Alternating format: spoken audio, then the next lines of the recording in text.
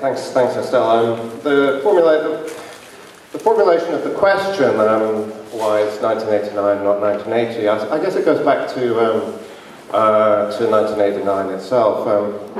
When I moved to East Germany, and I'd been reading a lot of SWP and other Marxist literature, and so I was pretty familiar with the concept of revolutions and the idea that revolutions take place fairly frequently through history.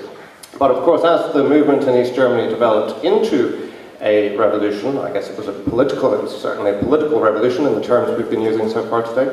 The fact that a revolution developed was, of course, at one level a great surprise. I think even everyone happened in Britain. We wouldn't just shrug our shoulders nonchalantly.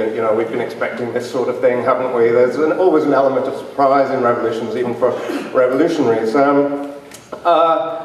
But of course, having been familiar with Marxist literature, it didn't come as a shock to one's system of values or one's way of seeing the world.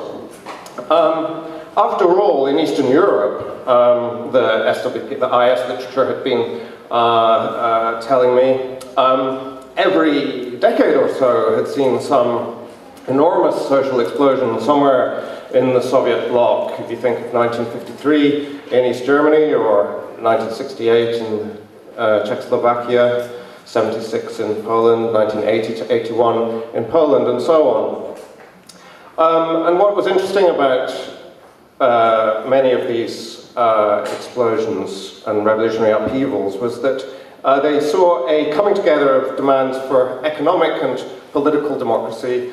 After all, the institution against which those movements were fighting, the state essentially administered the political and the economic field alike, and the coalescence of demands for political and economic change was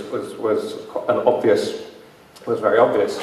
So when, in 1989, I was living in East Germany, one of my little tasks initially was to smuggle lots of IS and other Marxist literature about those uprisings across into the East.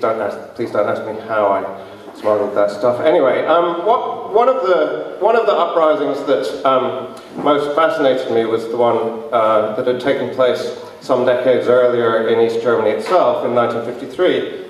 It was an uprising of quite some scale.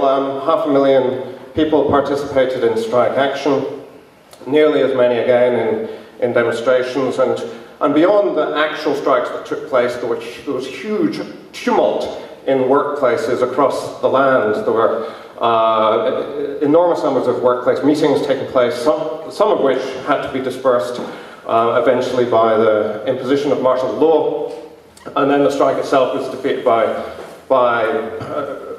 the Soviet tanks coming in, and armed soldiers being sent into the factories, tanks parked outside the factories even, and so on. Now, on that day in June 1953, it was a single day.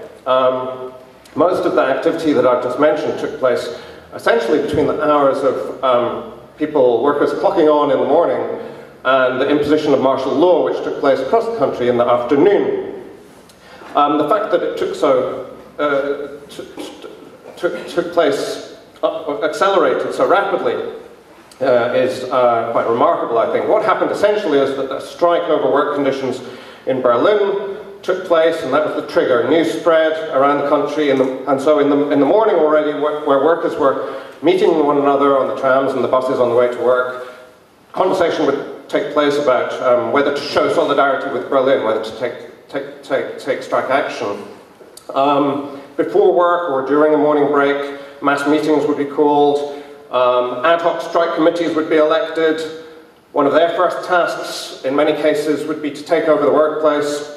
A second task was to spread the strike. Flying pickets were sent out to nearby factories, and then lists of demands were drawn up for the fall of the government, for higher pay, to free political prisoners, etc.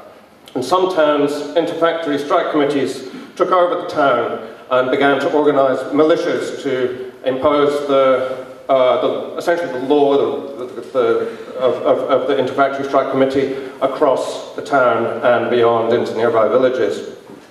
Now, 1953 in East Germany wasn't a template for those other uprisings that I mentioned, but several of them, right from the word go, were very strongly centered in the workplaces. An obvious case was Poland in 1980 to 81. A very different situation in some ways to 1953 in East Germany. In Poland, things developed much, much less rapidly, and however, a much larger proportion of the population was drawn into the uprising. The similarity between those two uprisings is that they began in the workplaces. The characteristic form of action was the strike, and the key coordinating centres were strike committees, and in several towns and cities, interfactory strike committees, sort of embryonic Soviets, essentially, which makes, by the way, the 1953 uprising quite extraordinary, that you had essentially embryonic Soviets being formed after an uprising that had lasted a mere 8 or possibly 9 hours. Anyway, compare that sort of event to the 1989 uprisings across Eastern Europe, the most impressive, most sort of momentous of which, in terms of self-activity, took place in East Germany, Czechoslovakia, and Romania.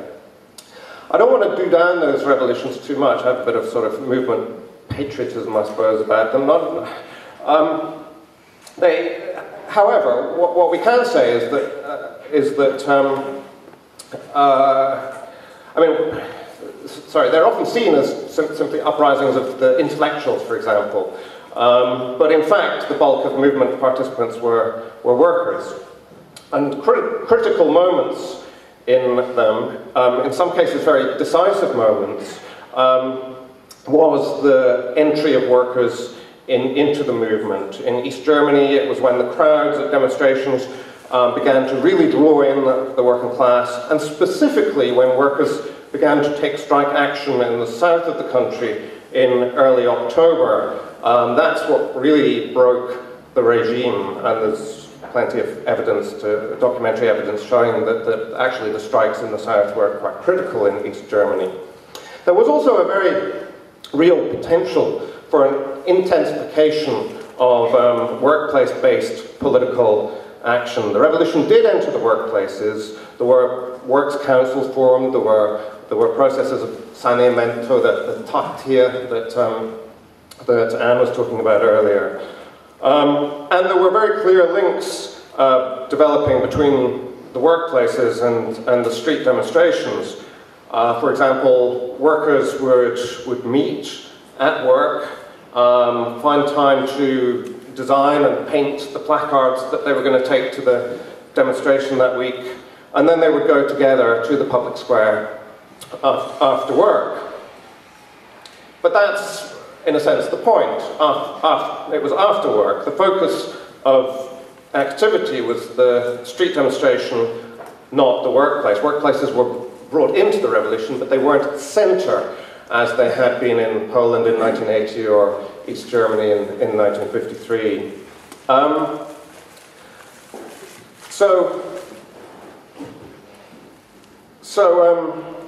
What then accounts for this difference between 1989 on the one hand and 1980 in Poland, or 1953 in East Germany, or 56 in Hungary on the other? Was it the structure of the communist regimes? Surely not. There were some differences, but not very major ones. Perhaps the answer lies in other institutions in society. For example, in Poland, the Catholic Church was pretty powerful and could offer some protection to the opposition. Again, I don't think that's made a huge difference. In East Germany, the labour market was very tight, and this gave workers some ability to gain their demands simply through low-level, factory-level bargaining and so on. But differences of this sort are fairly minor. There has to be something more to it than that. Could it perhaps be to do with the previous history of social movements? Let's explore this a little. Consider the parallels that can be found in the experience of mass struggles in Poland and in East Germany. In both countries, both Poland and East Germany, in the mid-1940s, independent works councils were formed and radical trade unions. Then, when the regime in each case attempted to abolish them, resistance flared on a very large scale. In the mid-1950s, there was enormous labour unrest in both countries, which culminated in a rebellion in Poland in the city of Poznan, and the uprising I mentioned earlier in East Germany. But from around 1970, the Polish experience began to diverge, and quite sharply in that year. And then in 1971, there were strike waves, protest marches, and riots in towns along the Baltic coast. In 1976, there were further workers' risings in the centre of Poland. In the late 1970s, there were around 1,000 strikes, which then built into the strike waves of summer 1980, from which Solidarność grew. These revolts in Poland weren't a mere litany of disconnected events. They seemed to outsiders to erupt from nowhere, but in fact, in each case, patient organising was at their centre. Even during the periods, the years of apparent workers' passivity, groups of militants in certain factories and regions, in particular, they kept contact with one another. They kept memories of past struggles and strikes alive. They discussed strategy. They developed and tested new tactics, for example, the sit-down strike. So how could Lech Wałęsa and the other militants at the Lenin shipyards act with such assurance in 1980? Because they had a wealth of experience, that because they'd been discussing the politics of self-organisation for years, if not for decades, a working-class counter-leadership existed in the factories on the Baltic coast and elsewhere in Poland. It was able to step out of the wings and get to work in mobilising, organising, negotiating when opportunity came knocking. So in Poland then, the curve of workers' organisation had been tending upwards from 1956 through to 1980-81. In East Germany, by contrast, the trajectory of protest could hardly have been more different. Its high point was in 1953, and that was an uprising that developed extraordinarily swiftly. How could it develop so rapidly? We had this acceleration that I mentioned earlier from a strike in the morning in Berlin to embryonic Soviets being formed in the afternoon. It's an extraordinary acceleration of protest. How could it be so swift? Well, one reason is that in every factory there'd be one or two or more militants who knew the ropes, who knew that strike action was the best way of winning demands, who knew how to win arguments for strike action, who knew how to actually organize strike action, and how to spread it through flying pickets.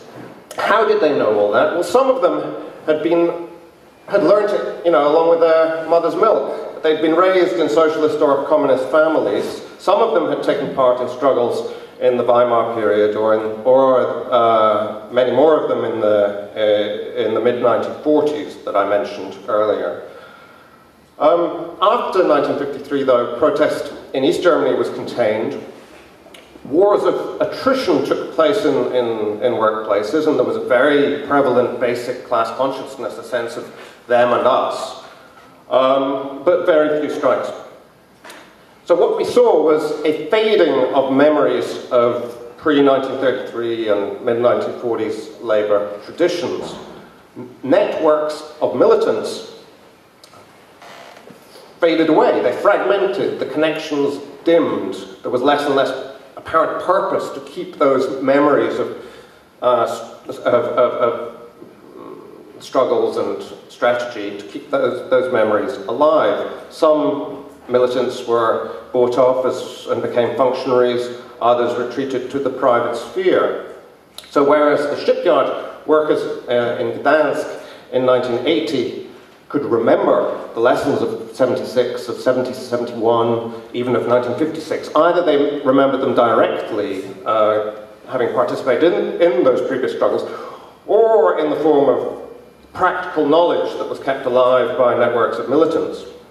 Their counterparts in Rostock, in Pilsen, in Brasov, 9 years later, did not have that accumulated experience to draw on. So I think, you know, that's one reason why 1989 was not 1980, I'd suggest. But there are, of course, other very important differences between those two years. I'll mention them briefly. I don't have a great deal of time left, but we can come back to them in the discussion. One is a fairly obvious geopolitical point. It was Moscow's attitude to defending its empire, and the way in which the ruling classes across Eastern Europe were losing faith in their project. So there was a greater willingness in 1989 to concede the sort of change that undermined the communist or bureaucratic state capitalist project itself. Militarily, this had enormous implications, because whereas in 1953 in East Germany the Rising had been crushed by Soviet tanks, and the decision to send in the tanks was ruthless, immediate, decisive, and so on. In 1981 in Poland, the decision to crack down with military force was much more hesitant, and Moscow was very reluctant indeed. By 1989,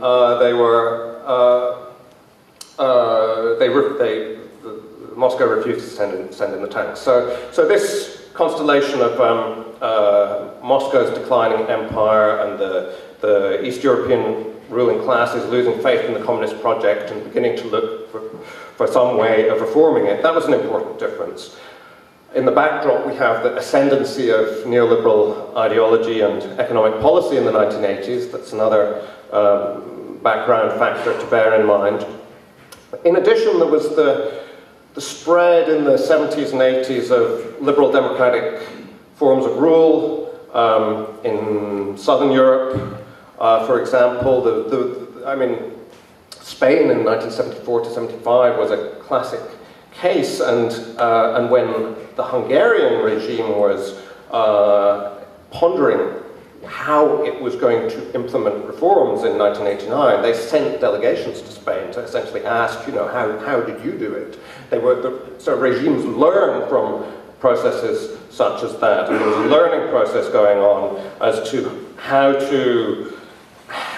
this sort of transformism had been implemented in Southern Europe, especially in Spain. How had the more active and left-wing layers of the opposition movements been co-opted and subordinated to the so-called moderate pro-capitalist center. Regimes in Eastern Europe were learning from that experience. And another important factor, of course, mentioned by Alex this morning, is the dynamics of social movements on the world scale. So in 1953, to go back to the militants in that uprising in East Germany, they had collective memories of those extraordinary labour movement breakthroughs that had taken place in the 1910s and early 1920s. That was an upturn in which demands for political rights fused with demands for industrial democracy, shaping a powerful culture in which socialist ideas and strategies developed. That shaped the politics of an entire generation of militants, but after the great retreats of the mid-1920s and its aftermath, there were then some briefer and more localized upsurges in the 1930s and after the Second World War, and then a very sustained upturn in the 1960s and 1970s, after which there was a significant decline, and the 1980s was a key decade of decline, a decade in which social movement activists across the world really saw their horizons narrowing, aspirations lowering, feeling beaten back. In Central and Eastern Europe, opposition activists were turning away from ideas of grassroots social transformation, in particular those that are centred on the working class, and moving towards much more liberal approaches under the slogans of civil society, for example. Now, there are linkages between those various dynamics. For example, neoliberalism is committed to removing government from direct control of industry, and where that takes place, democracy becomes easier for regimes to contemplate as an alternative structure. Also, where we saw the consolidation of liberal democracy in Spain and Portugal, that fed into arguments for demobilizing the labour movement both there and indirectly elsewhere too. So there are linkages between these various dynamics. Now, some of these points still prevail around the world. However, neoliberalism is somewhat less assured than it once was. There is perhaps less of that development space that Anne was talking about, Anne and others were talking about earlier. And there's very clear potential for a social movement upturn, which, if it continues, will surely include moments from Venezuelan and Bolivian recent history that will be discussed tomorrow as originary moments, and the Arab Spring, Greece, the Occupy movement, and so on, as milestones too. That's all.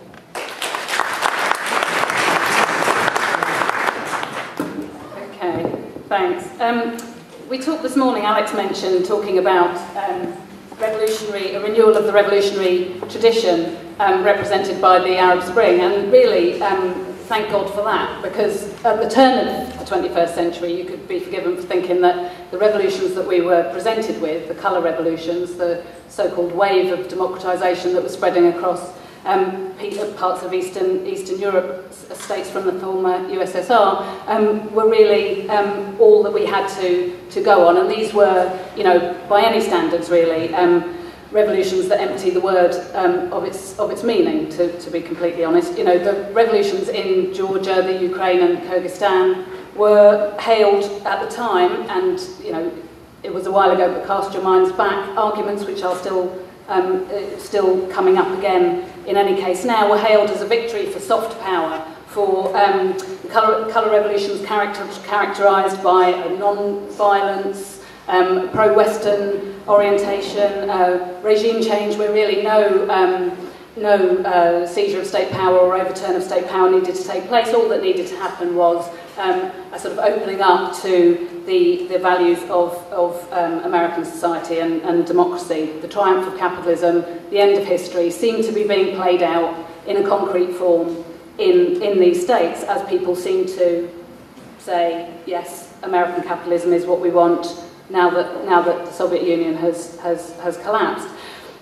In actual fact, and the reason for the title of the talk is that the colour revolutions in the former USSR were largely passive affairs, and I'll come back to that in a bit, and were systematically manipulated and largely directed by American intervention into support for pro-US politicians on the ground. They were in countries with plenty of reason to revolt and plenty of reason to want to overthrow corrupt and repressive rulers. Popular anger at the lack of democracy, the lack of openness, the lack of opportunities on the ground was co-opted through a combination of internal political power struggles among sections of the ruling classes in each of those countries, and American intervention into those countries as part of opening them up for the market and so forth. America, the States, really followed a template during 2003, 4 and 5, in the three revolutions that we're talking about here, followed a template that it had begun to initiate. Well, I mean, there are a number of historical examples further back, but more immediately begun to initiate during the Serbian Revolution in 2001, which comrades may remember, tremendous scenes of jubilation, the fantastic power of the miners intervening in that as Milosevic was toppled, a genuine set of revolutionary forces on the ground in Serbia, a mix, if you like, of masses as part of the driving force, ordinary people, crucially the Kolubara miners, so very real forces from below involved in Milosevic's overthrow, a genuine student movement, the formation of the student group Otpor, which again people may remember, and American intervention into those institutions and into Otpor and other opposition groups, the attempt to infiltrate and to pull the direction of the struggle into an American direction. Following on very clearly from Bill Clinton's extension of NATO into Eastern Europe, into Eurasia, and this was part of a similar process. But Serbia was a mixed example. What the US took from that were some of the techniques, and actually some of the activists. There's a lot of evidence that Otpor activists, much further down the line as sort of pale shadows of themselves, if you like, were then involved in training student groups and youth groups on the ground in Georgia and the Ukraine. But whereas there were independent actors in Serbia, whereas you could certainly argue that the position of the student movement at the beginning and the miners' revolt were very genuinely revolts. In the case of the colour revolutions in Georgia, the Ukraine and Kyrgyzstan, those very real forces that wanted democracy, and it's not at all to dismiss that sincere popular anger and desire for change, an end to repression and so on and so forth, really never became independent actors, but were drawn behind a movement that, in Chris Harman's phrase, which stuck in my head, basically wanted to replace one lot of mafia types with another lot of mafia types. Often politicians who had been part of the old regime in the first place, reinventing themselves as Democrats, reinventing themselves as a pro-Western, which basically meant that they were prepared to open up those countries for the US to open up markets, and also to, crucially, for American imperialism, have American bases on their land. In other cases, these were the leaders of these movements, or the opposition figures that the Americans were grooming, were people who were central, or then became central, to programs like the privatisation program, programs that were all about opening up economically and politically for the United States in those countries. And really what the US had at the point of the collapse of the Soviet Union was the opportunity that provided on a whole number of levels. On the economic level, in order to push into a region that had previously been closed to it for the duration of the Cold War, but also the reconfiguration of imperialism that was taking place around a single superpower, with the collapse of Russia really transforming what had been the bipolar situation of Russian and American standoff or the Cold War, and then wars fought on a proxy between either side and so forth, actually became very different, and a configuration that is still working its way through, where you have America as the key superpower, and then Russia, China, Japan, the European Union, and so forth as great powers around it, in which, every one of which, the US is trying to ensure that it has, if not hegemony, certainly a significant input in order to build either client regimes or regimes that are sympathetic to it. And Max Boot, the improbably named neocon pundit in the States, described the revolutions this way, and I quote, "These revolutions reveal the hollowness of the cliché that democracy can't be imposed by outsiders." True, but outsiders can help committed democrats overcome internal obstacles. Sometimes, when dealing with an entrenched dictatorship, this requires military intervention of the kind that occurred in Iraq and Afghanistan. More brittle regimes can be brought down by their own people, but even they often need a little external shove.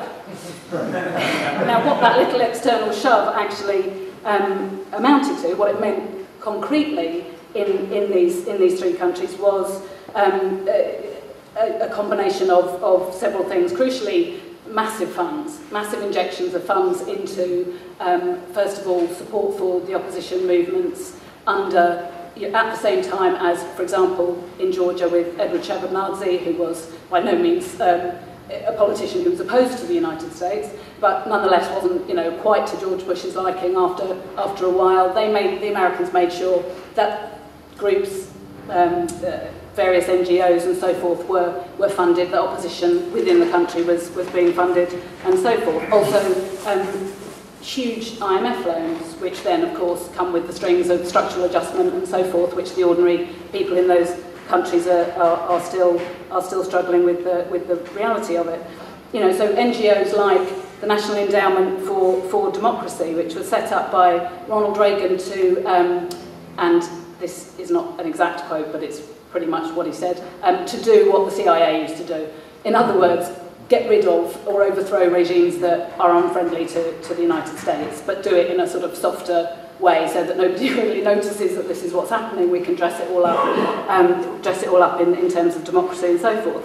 Freedom House, the George Soros Foundation, and so on and so forth. And what these organisations did, and continue to do in some cases, was myriad. On the one hand, training young people in the techniques of non-violent revolution. So some of the activists from the student movement in Serbia were taken to Georgia, and many of the young Georgian opposition went to Belgrade and so forth. But also the co-option of opposition leaders in order to obviously try to bring about a leadership that's more pro-US.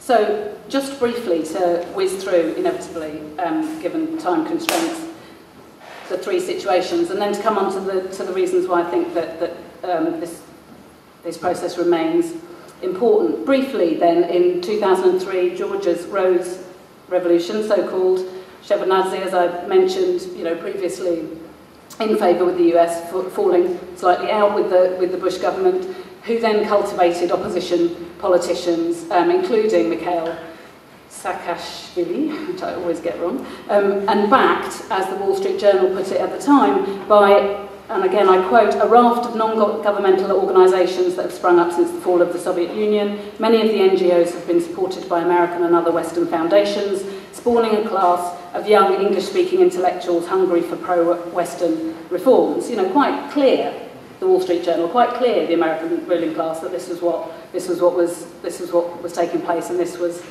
the plan.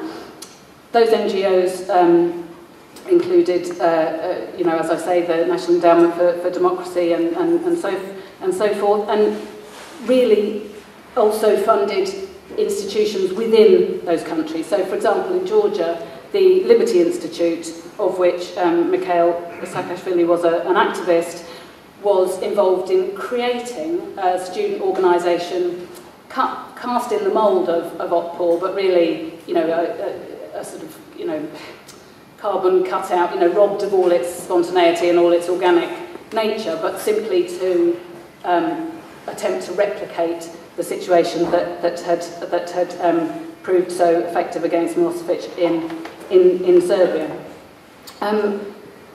Effectively, in Georgia, what happened was the states were able to create a client state, which actually did, as I mentioned, unleash structural adjustment, austerity and so forth against the population, and at the same time massively increased its arms budget, I think by 40% in the 2 or 3 years after the Rose Revolution, 3 or 4 years after the Rose Revolution. Obviously crucially important, Georgia, not just for just in the senses of oil pipeline through and so on and so forth, but also in geopolitical terms for the US to have a bulwark against Russian power, so a force within it that could counter Russian power.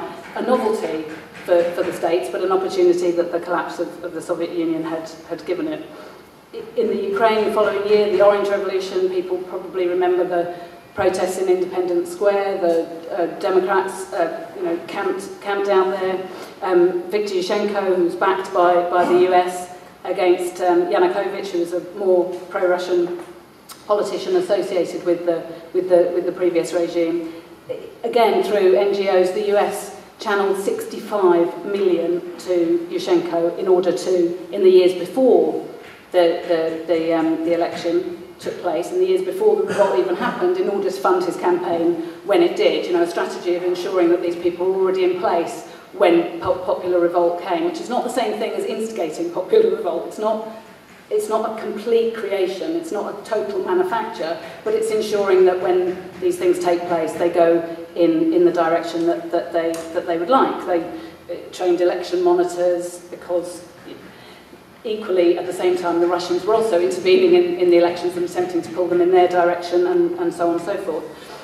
So the popular movement that we saw camped in the square on the TV screens and so on was very carefully controlled and manipulated by Yushchenko and through him by the states, and never broke out of that control. You know, in that sense, there was nothing like the miners' revolt in Serbia. That didn't happen. It wasn't that there were no individual workers involved or on the ground in the square or taking part in the democracy movement. That's, you know, at individual levels that was true, but there was no central working class involvement, no organised working class involvement, which, you know, again doesn't mean that people there demonstrating didn't have, you know, absolutely valid concerns and a good reason to revolt, but it never actually went beyond the demands of neoliberal democracy. In Kyrgyzstan, following year, the Tulip Revolution, not quite so tidy, which was interesting and a bit of a relief. But the protests there were serious uprisings in a couple of towns, in Osh and Jalalabad, which then spread to the capital, where really a massive demonstration for the size of the country, you know, 50,000 people or so on, stormed the presidential palace and forced Akayev out of office. So here, very genuine public anger driving the revolt, nonetheless pro-US politicians who came to power in the immediacy after it. So what took place, really, is that across the region, the States was able to make inroads into previously closed countries. With massive funds, it used the reality of rigged elections, you know, Putin's involvement quite openly on occasion, to help to trigger regime change as in the Ukraine, and it anticipated the revolt and cultivated, or the possibility of revolt, and cultivated oppositionists to lead it. The states established and maintained and continued to push the infrastructure of NGOs, media outlets, publishing houses and so on and so forth, that spawned a number of intellectuals and activists who saw themselves as pro-democracy, for whom the most viable and model, economically and politically, was the one offered by the United States. So, how was it, and this seems to me to be the important point, how was it that the United States was able to so manipulate the opposition? And crucially, is it the case that American power means that in certain circumstances it will always be able to do so? And this isn't an argument, I don't think, that's simply restricted to the Caucasus. If you look at, for example, the American Freedom House and all of these other NGOs are hell-bent on describing Egypt as the Lotus Revolution, which nobody in Egypt does, as far as I can tell, Tunisia's Jasmine Revolution and so forth. The ideological attempt by the Americans to incorporate revolutions that are much more genuine, that have come from below and so forth, into, as Alex mentioned earlier, this is our revolutions and so forth, is a very important question for us. Firstly, I think to attempt or to make a couple of stabs at answering some of those questions, or at least hopefully opening up a discussion about it, something that we talked about again this morning, which is that the context is crucial. If you look at, and here the Caucasus is a concrete example. The three regimes are very different, but they're former states of the USSR where the dominant ideology of the left, the dominant ideology that of the left across the world was that of the Communist Party until the collapse of the Soviet Union after the Bolshevik Revolution and so forth. So for that entire period, the dominant ideology, the dominant politics, the dominant way of expressing yourself on the left is that of the Communist Party. Obviously, in the former states of the USSR, that dominant ideology is the state ideology. It's utterly tied and interrelated with the state, the same state that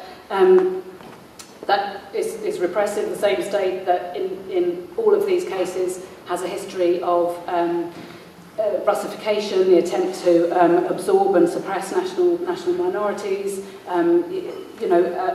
the general lack of democracy and so forth, utterly tied to a notion of socialism that we may see as bankrupt, but if you're living there and you're told that that's what it is and this is what socialism is, who knows how difficult then to begin to, you can't just pluck a sort of independent socialism out of the air as a set of ideas. It doesn't work like that. So I think ideology is crucial to how the states got away with what they got away with, to the extent that they did in the area. And you can see how some of the language used by these NGOs would be attractive under the circumstances that I've just described. I think what happened was a sort of constellation of the collapse of the Soviet Union, the impact of the process of globalization, and the increased weight, the sort of knocking off, the increased weight of American imperialism and the sort of knocking off of the balance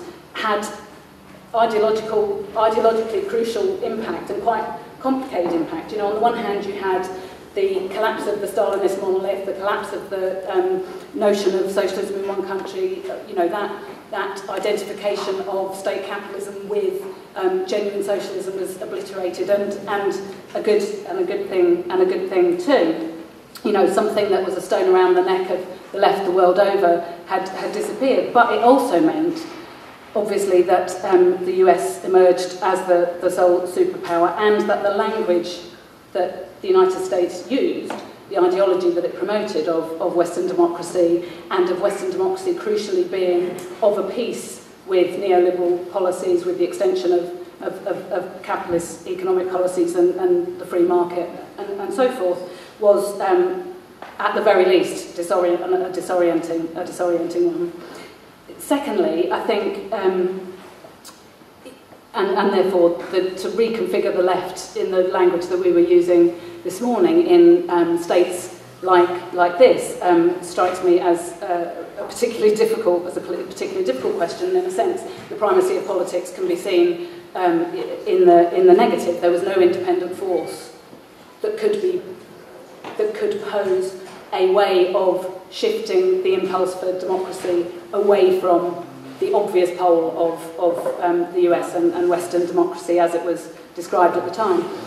But the second really important fact, I think, that's come out of not so much the revolutions as they took place at the time, but what's happened to them since, is that to understand that there are limits to US power, even in contexts where the working class is not the central motor of change, where, even where you have a relatively weakly developed movement, if you like, if you want to put it that way, even there, the US has the US power has limits. It's not the case that it can just co-opt and direct any movement that is opposed to people that it doesn't like. It's not quite able to do that. And if you look at the region concretely, there are a couple of examples of this. One is that the American strategy has proved to be tremendously destabilising to the region. So if you look at 4 years ago, the war between Georgia and Russia, this is absolutely a result of America developing Georgia as a client state. US imperialism in a new form that provoked a rivalry that looks very much like the old imperialist form, old Cold War rivalry taking place between Georgia and Russia, an enormous amount of Georgian civilians slaughtered as a result, and a terrifying prospect really of new imperialist conflicts. So, on the one hand, it's very destabilising to the region, and that doesn't actually serve US interests that well. In those circumstances, what was also interesting about the Georgian situation is that it undermined the ideology of soft power, because at the end of the day, soft power wasn't enough. America, bogged down as it was in Iraq and Afghanistan, wasn't able to intervene on the side of Georgia, for example, against Russia in that war, as Putin was well aware and remains well aware. And the long-term gains for the US haven't materialised. So even Freedom House makes this point that actually it's all gone into reverse. So in Georgia, there's Saakashvili has a policy of mass arrests, imprisonment of opposition.